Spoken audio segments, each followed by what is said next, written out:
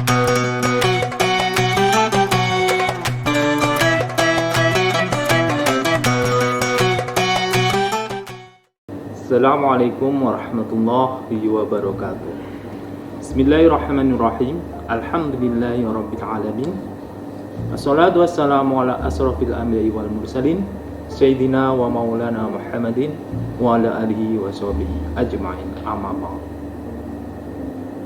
Saudaraku kaum muslimin dan muslimat yang dirahmati oleh Allah Subhanahu wa taala. Pentingnya sholat berjamaah di masjid bagi laki-laki muslim. Beberapa kali saya mengamati terhadap anak muda zaman sekarang. Ternyata masih banyak sekali di antara anak muda yang seringkali mengundur-undur waktu sholat. Terkhususnya bagi para remaja laki-laki muslim yang sangat meremehkan waktu sholat. Kebanyakan dari mereka ketika mendengarkan azan, mereka tidak segera mendatangi suara azan tersebut atau pergi ke masjid untuk mendirikan sholat jamaah di masjid. Akan tetapi mereka memilih untuk mengabaikannya, bahkan ketika mereka tidak memiliki uzur sekalipun.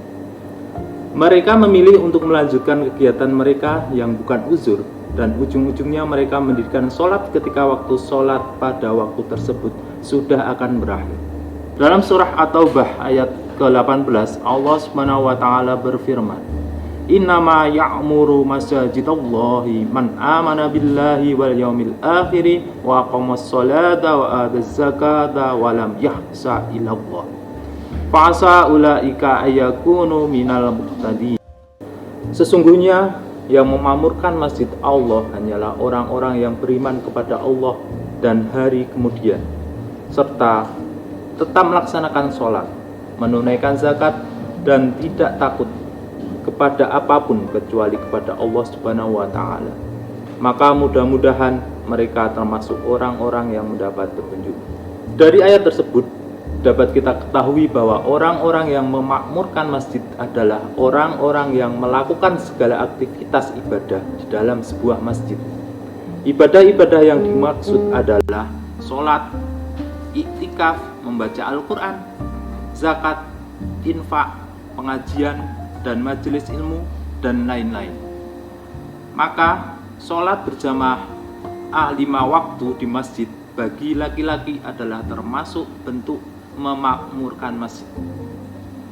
Rasulullah SAW bersabda, barang siapa yang mendengar azan lalu tidak mendatanginya, maka tidak ada sholat baginya kecuali bila ada uzur. Hadis riwayat Abu Daud dan Ibnu Majah.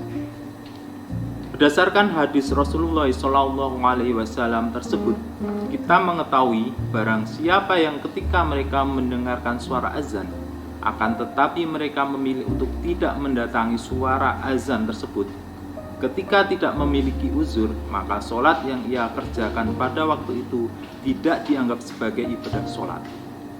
Hal ini secara tidak langsung menegaskan mengenai betapa pentingnya sholat berjamaah di masjid bagi laki-laki. Ditegaskan kembali dalam hadis riwayat Abu Hurairah radhiyallahu an yang diriwayatkan dalam Sahih Muslim. Atan Nabi sallallahu alaihi wasallam rajulun a'ma fa qala ya Rasulullah innama laisa li qaidun yaquduni ilal masjidi. Fasa'ala Rasulullah sallallahu alaihi wasallam ayyu rahasa lahu wa yusallaya fi baitihi fa rahasa lahu falamma walli ta'ahu faqala hal tasma'un nada'a bi sholati qala na'am qala fa'ajib. Seorang lelaki buta menjumpai Nabi sallallahu alaihi wasallam dan dia berkata, wahai Rasulullah, sungguh aku tidak memiliki seorang penuntun yang bisa menuntunku berjalan ke masjid. Kemudian ia memohon kepada Rasulullah sallallahu alaihi wasallam agar diberikan keringanan sehingga dia boleh sholat di rumahnya. Lalu beliau sallallahu alaihi wasallam membolehkannya. Ketika orang tersebut berpaling pergi, beliau sallallahu alaihi wasallam memanggilnya dan berkata, apakah kamu mendengar azan sholat? Ia menjawab, iya. Beliau pun menyatakan, maka datanglah. Hal ini menegaskan kepada kita bahwa Rasulullah Shallallahu Alaihi Wasallam sangat menekankan sholat berjamaah di masjid bagi laki-laki muslim yang tidak memiliki uzur. Bahkan selama seorang laki-laki muslim masih dapat mendengarkan azan dan mampu mendatanginya, maka secara tidak langsung dapat kita katakan bahwa sholat berjamaah di masjid bagi laki-laki adalah wajib selama tidak memiliki uzur apapun. Dapat dilihat bahkan seorang lelaki buta tersebut yang tidak ada seorang pun yang menuntunnya ke masjid sehingga meminta keringanan kepada Rasulullah Shallallahu Alaihi Wasallam untuk sholat di rumah.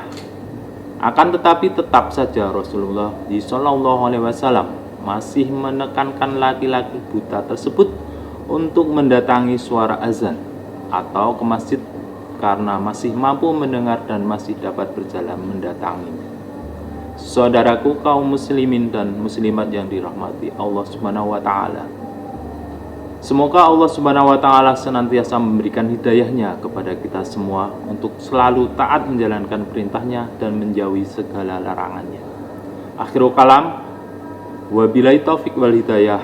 Wassalamualaikum warahmatullahi wabarakatuh.